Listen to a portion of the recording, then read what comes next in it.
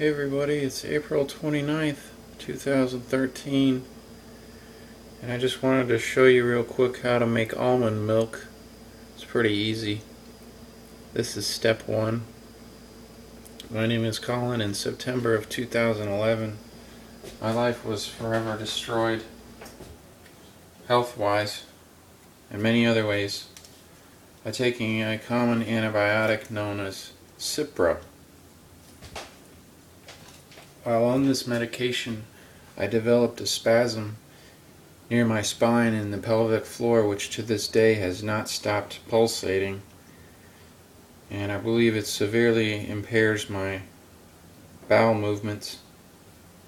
I used to go to the bathroom every day, and now I only go like once every 3 or 4 days, and I always feel bloated and hungry. Also have a lot of muscle weakness, progressive muscle weakness, and some bad joints, and I've had severe depression and basically destroyed my health, Recently things have been going wrong with my feet and my wrist and my thumb, and they sort of like kind of cover themselves up a little, but they're always there. It's like you don't really heal, it's just stuff just hides, and I'm trying to heal, but I guess someone was nice enough to send me this wrist brace for free for my wrist, and it seems to help a little, and so I'm going to keep trying it. And my thumb is still acting weird. When I touch the outside of it, it stings like burning. It looks fine, when you look at it, it seems fine. So only guess I have is that I pressed a spatula too hard into it. I remember pressing a metal spatula and somehow I damaged the nerves. That's how sensitive you are. When you've taken these drugs and they've been absorbed by your body and they've wrecked your GI, your organs, your brain, your CNS. They destroy everything. Everything they can find, they destroy. And some people are able to take many courses of them, but it only takes that one pill. There's a limit, and once you reach that limit, it pretty much does irreversible damage. It's just to what extent it does that irreversible damage. For me, my main issue has been this spasm that I wish would go away, but it's with me. It's like a second heartbeat down there, if you will. But the bottoms of my feet will sometimes feel like they're about to tear, and so I have to go easy on them. So anyways, I'm trying to eat better. I wanted to show you step one of making almond milk. This is going to be quick.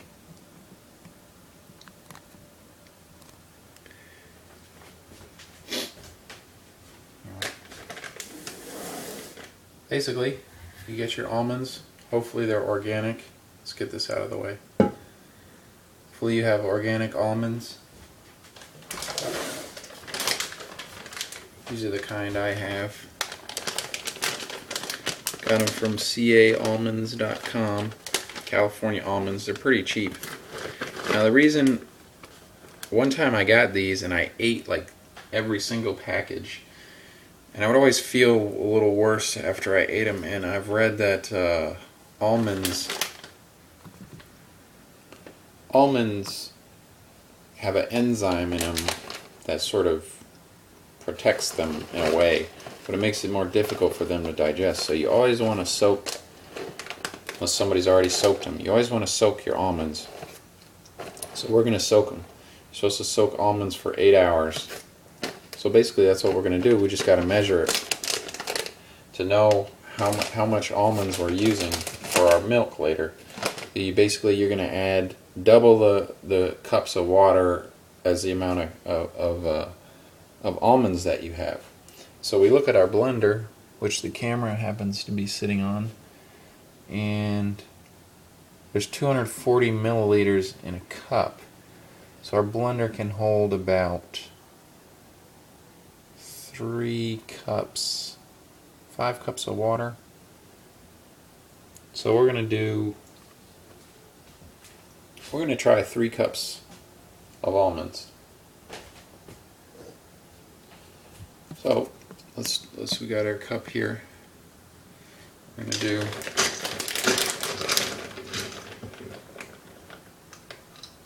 see these almonds. Some of these almonds are kind of funky looking, little guys, you know, but that's okay.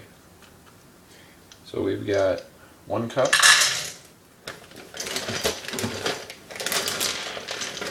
Oops. 2 cups.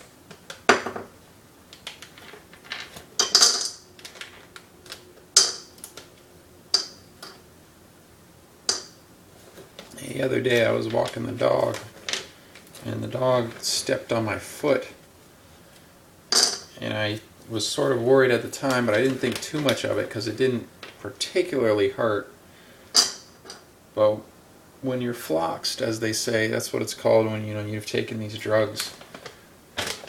It's weird how injuries can kind of creep up after they seem like nothing. Like you can do something and your body won't really give you a signal that anything's wrong, and then a day later or the next morning you'll be like, oh, I'm sore here. Or so I woke up and my big toe was a little sore, and I know it's from the dog stepping on it. So there's just this fear, when you have this condition, there's this fear that things are going to escalate and not going to heal because, you don't have a normal immune system. You don't have a normal body. So I'm hoping that foot thing doesn't escalate, because I was starting to jog, and that was good, but once I hurt my foot again, I wasn't able to jog, and now I'm just trying to walk more, but my toe starts acting up. It's going to be hard to even walk. So anyways, this is 3 cups. It's 3 cups. You know what? Let's just finish the whole package. See how many? It's about 4 cups.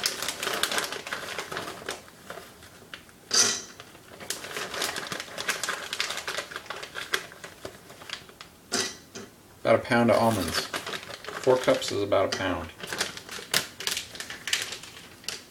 So we might be able to reuse this bag.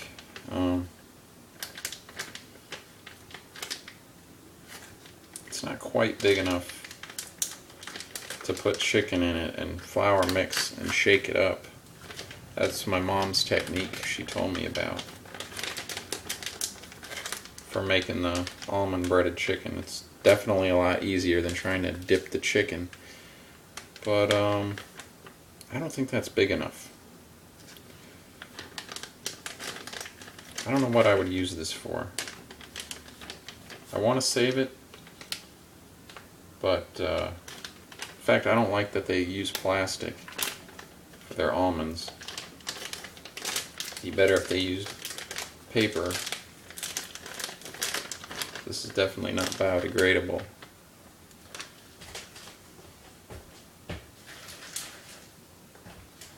So we got our 4 cups.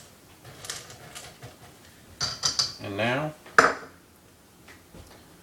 we are going to take it over here.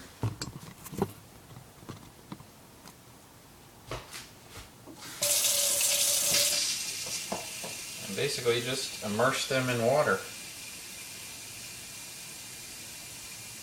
And this has been part 1. Get it so they're all floating.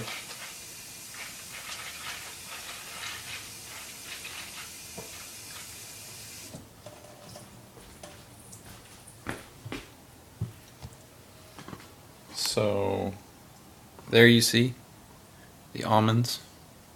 They're soaking in water, and we'll soak them for 8 hours, and then I'll come back with part 2. See you for part 2.